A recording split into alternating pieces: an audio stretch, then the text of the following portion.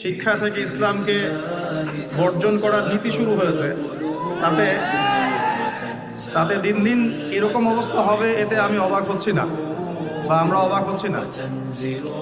এভাবে চলতে থাকলে আগামী 10 বছরে এমন একটা প্রজন্ম আসবে যারা ওযু করার শিক্ষাটাও প্রাতিষ্ঠানিকভাবে পাবে না।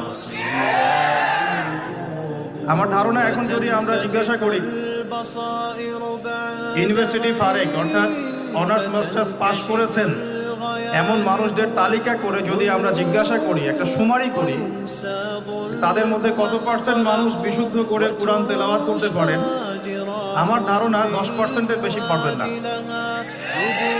আপনি মাস্টার্স পাশ করা মানুষদের একটা তালিকা তৈরি করেন, করে একটা শুমারি করেন, কোরআন শুমারি, কি শুমারি করে দেখেন কত পার্সেন্ট মানুষ বিশুদ্ধ করে কোরআন তেলাওয়াত করতে জানে।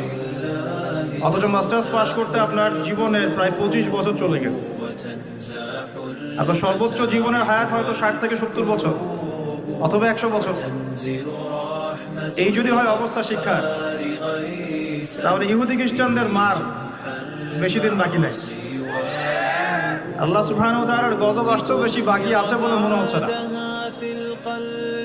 মানুষ এমনই শিক্ষায় শিক্ষিত হচ্ছে, সুবহানাল্লাহ, বলছে আমি বাহ্যিকভাবে পুরুষ হলেও মন থেকে মেয়ে। বাহ্যিকভাবে নাকি পুরুষ, মানসিকভাবে নাকি মেয়ে। তারপরে সার্জারি করে পুরুষাঙ্গ কেটে ফেলে সে নারী হয়ে গেল। সুবহানাল্লাহ। তাহলে যদি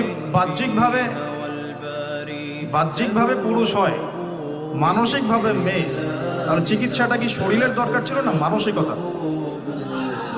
আমার কথা বুঝতে পারেন? তাহলে তাকে তো মানসিক ডাক্তার দেখারও দরকার।